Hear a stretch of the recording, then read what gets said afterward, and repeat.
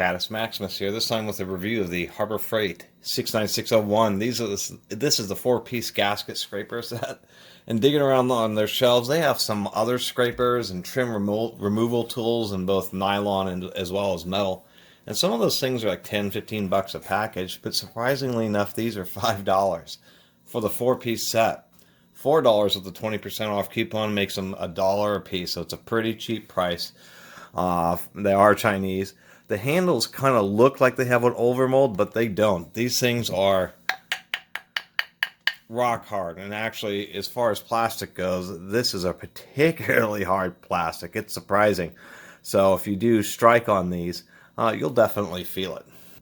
Anyway, these are just carbon steel scrapers. You have 4 sizes. Looks to be 1 1/4 inch, an inch, 3/4 inch, and a 1/2 inch version, or the metric equivalents, which would be 12, 14, 19, and like 22 millimeters. Increased shank sizes. Actually, the 2 smallest ones have 1/4 inch shank. Then you have 5/16, and then 3/8 shank. So that's at least something, as they did increase the sizing for the wider spatulas, which actually does set them apart from what would be considered a regular gasket scraper, and we'll consider that in just a second here. But what is interesting is they do have striking caps on them, so they do advertise these as being heavy duty. I think more because people will use these as pry tools and probably warranty them all the time. These are not prying tools, but they can help when you tap them in to separate gasket surfaces, valve covers, oil pans, all that kind of stuff. And so you can appreciate that. And having multiple means if you do break one, at least you have another one that you can try with. And that's what I've always found these types of scrapers handy for, is not only just, normal gasket scraping duties, scraping glue, etc., but is the fact to be able to separate like oil pans that are sheet metal oil pans held on through RTV. Those things are always kind of a battle, and scrapers are a pretty optimal tool. They don't have razor sharp edges. They're not like, a scraper like this, which you might use to remove paper gaskets. They certainly aren't wood chisels, although that's a legitimate other scraper that many people have. You just have to be super careful with a wood chisel, because if you're working on aluminum surfaces, it'll be super easy to make a real big gouge. But if you really know what you're doing, a wood chisel is actually quite excellent. An actual gasket scraper, such as this Snap-on CSA 14C. I don't have a lot of Snap-on tools, but I do have this gasket scraper. You can see this has a nice wide 1 1/2 inch spatula on it. And to add some further embarrassment to the Pittsburgh, although what's surprising is the Snap-on is quite long. It's a 12 inch, and it has a 5/16 shank, although the steel is obviously far superior than it is to the Pittsburgh. But that is a difference, is the Pittsburghs are quite short. And then the other manufacturing difference, where they just took they heated the steel up, and then they just smashed it in the press, and then they heat treated it. Where at least the Snap-on, they also did forge the spatula, but they did do some sanding to give it a nice surface. We can also see that it is really thin through quite a bit of the cross section, and then that's why they have the shaping. The shape gets narrower this way as it gets thicker this way. It still provides some decent strength. These are also excellent for removing trim panels and interior components, all sorts of stuff. On the Harbor Freights, we can see that there's a bit more taper. The spatula is just a bit thicker, but probably helps them out with their lesser grade steel. And then the last thing, which is the worst part about these Pittsburghs really, is a gasket scraper is still pretty sharp. It's just not wood chisel or razor blade sharp. Just to slightly reduce the likelihood of digging into said softer surfaces. Just a touch of, you basically would sharpen it till it is sharp, and then just take the little bit of the edge off. And this is actually a factory edge from Snap-on, so they did do a pretty good job. And on the Pittsburgh, it's just terrible. I mean, it's a blunt edge. All these are like that, including this one. We can actually fix that. I'll show you in just it only takes a second.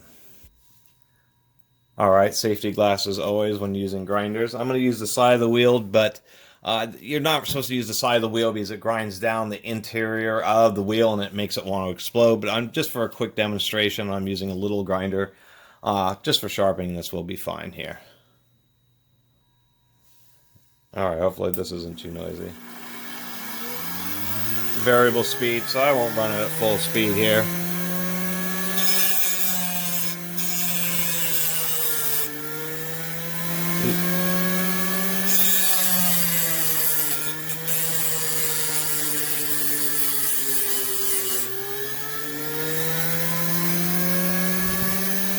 Still needs more than that. This is wild.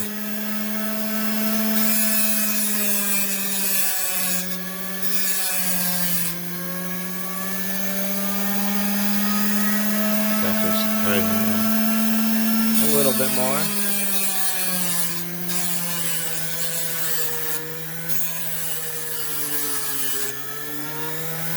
Let's see what we got here. It's actually pretty hard steel, surprisingly enough. It's getting pretty warm.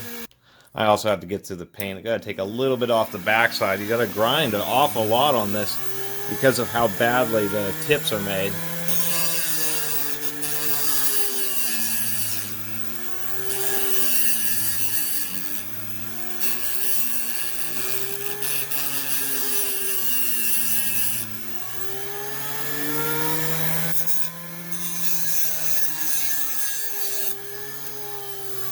It's not the perfect grind. I need to practice more of my grinding here. And you can see I did overheat it just a little bit, so you have to be careful about that. You always know a metal's overheated because when it changes color, it means it got hot enough for it to start chemically reacting with the oxygen in the air, forming a discoloration. So a bit of tempering and it reduces the hardness. But this is essentially what you want. This may be a little bit too sharp. In this situation, we can just use a little buffing wheel. I don't know if Harbor Freight still sells. I think they still do sell that grinder. That's this with the buffing wheel, but it's perfect for these little situations. And so that's all you have to do to really make this a much more effective tool. That actually has almost a perfect edge just because you have a little bit of a taper on the bottom. So it's easier to prevent yourself from biting in because you can really just get a nice angle and go across the gasket. And if you don't remove all of it, you just go up at a steeper angle and do another pass. Or of course you could just spend another minute on the grinder and just to give it even a more optimal edge than what I've done on this little one. But this would be fine for me for most situations. The one last thing I'll mention is the odd attempt at ergonomics. These are asymmetrical handles, so they have a concave on the bottom, a couple of bosses sticking out or raised portions, and then a convex on the outside. So you're actually supposed to hold them just like this. There's actually some, I don't know if you call that jimping, but there's a textured area for your thumb that only is right there, not on any other portion. So I thought that was kind of interesting, as they did design these and did properly align the blades so that they all remain flat when you're holding them in the most ergonomic position. And actually I thought that was probably one of the most noteworthy items besides of how cheap these things are. Even though some of that cheapness is lost by you having spent time with either a hand file or a grinder putting a actual usable edge on them. The ergonomics are pretty innovative. It's just many times you end up holding these at all sorts of angles. So I'm not sure in practice how much of a difference it would really make. Anyway, I really appreciate everybody watching and subscribing. And if you haven't subscribed, please do. Until next time, Catus Maximus out.